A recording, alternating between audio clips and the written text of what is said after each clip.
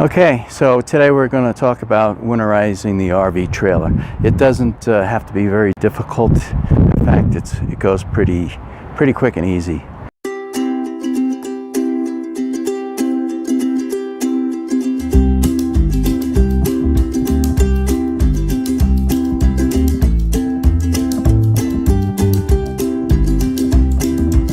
So, to get it ready for winter, first of all, you got to dump your tanks, of course.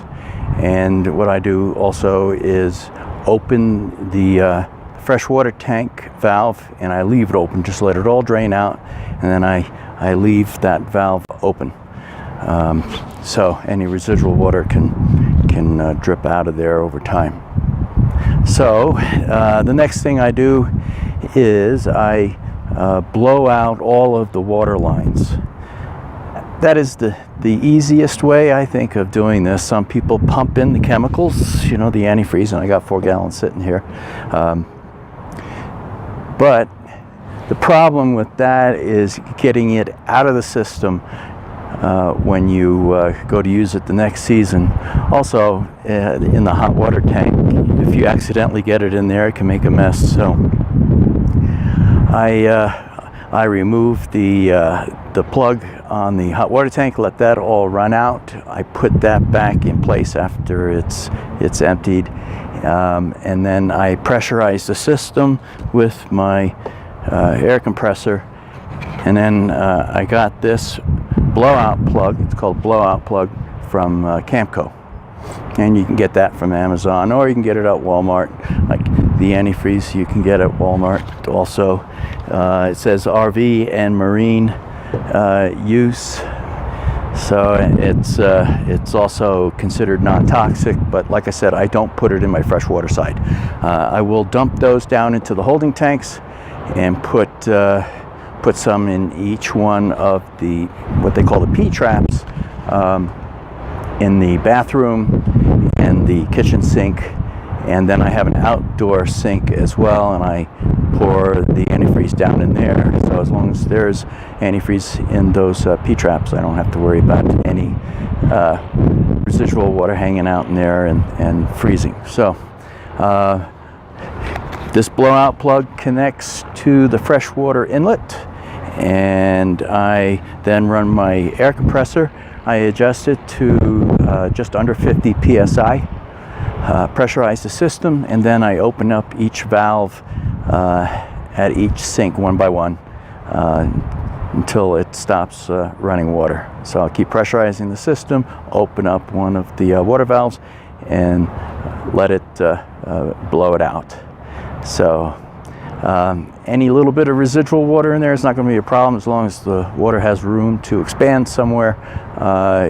You're not going to bust any pipes. I've been doing it this way for a number of years now, and I have not run into any problems.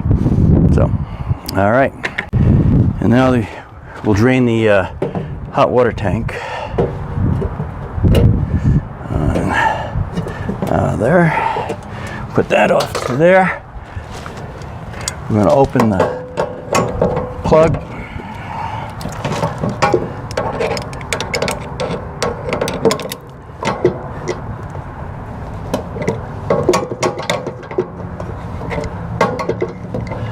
Let the hot water tank drain, and then put the plug back in.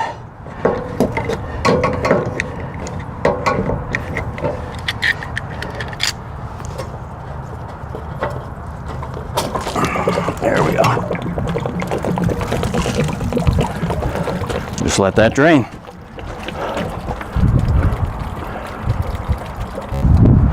Okay, after the hot water finishes draining, then I'll put the plug back in.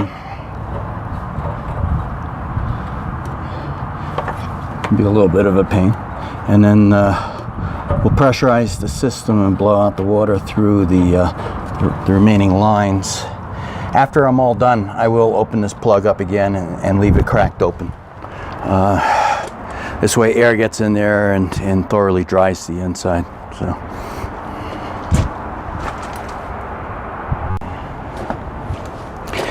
Okay, so I've screwed my adapter into the freshwater inlet, the blowout plug, and then take my air compressor here, which I'm running off my inverter, okay, and I pressurize the system up to 50 psi. Got the air chuck here, and you just plug it on the end there. Pressurize the system to 50 psi, and then I go in and open one valve at a time. Pressure falls off, I come back out here and I bringing the pressure back up to 50. I keep doing that until all the water's out of the lines. So, it's simple.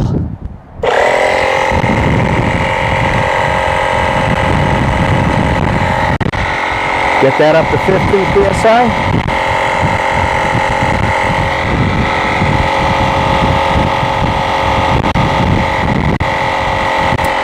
And then I'll go out and open up each valve. Alright, then I'm turn on the water valve, and all that water starts running out.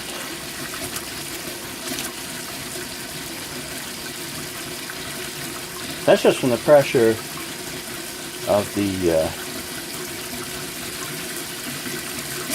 air in the line. It's not the water pump.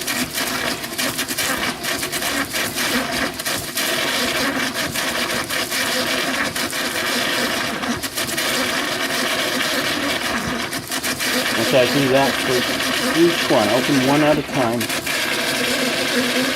The air pushes all the water out.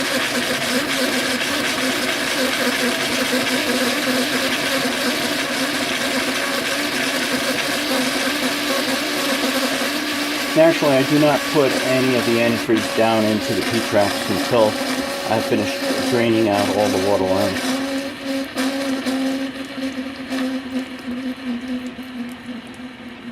Alright, so now what I do is I go back out, repressurize the system.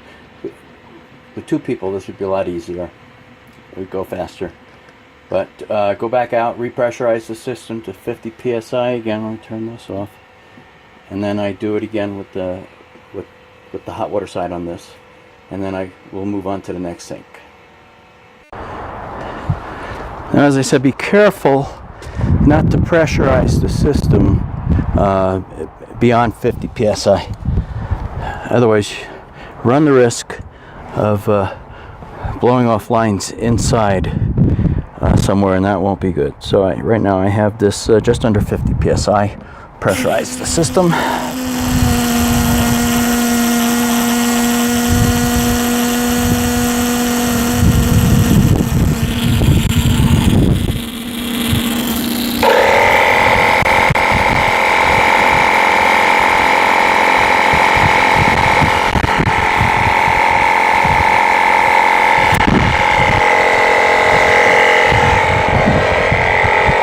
And now I'll go inside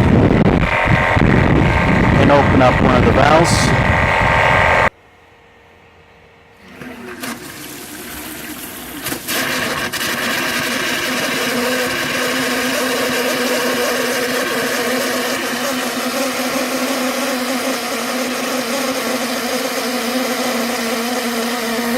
Now sometimes if I stop and then start it, sometimes it picks up some more water.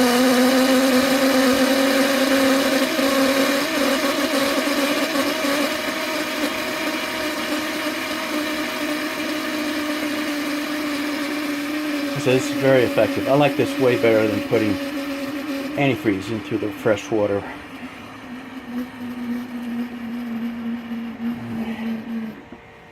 Let me go back and repressurize it again. Okay, and now we'll do the toilet to blow out the water line there. So you just step on the pedal.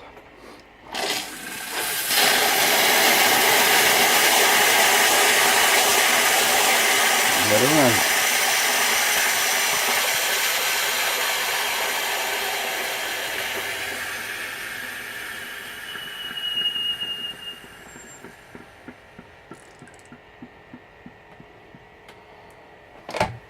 Alright. What I'll do is I'll put the antifreeze. I will pour a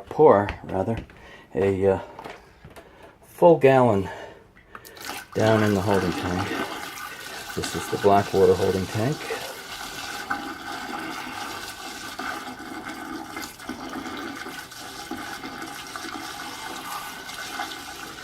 Try not to get it all over the place because it can stain plastic in that. I pour the whole gallon in.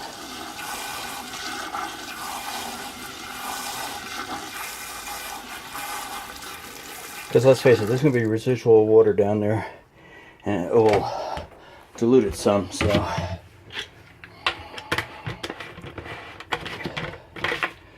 and that protects you down to minus 50, it says. Alright, then down each of the drains on each sink and the shower. I'll pour a little down there.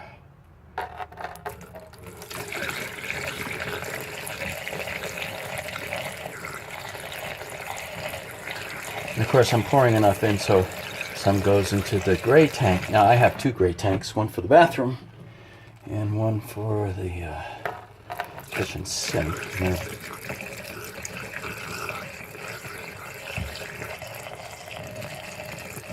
So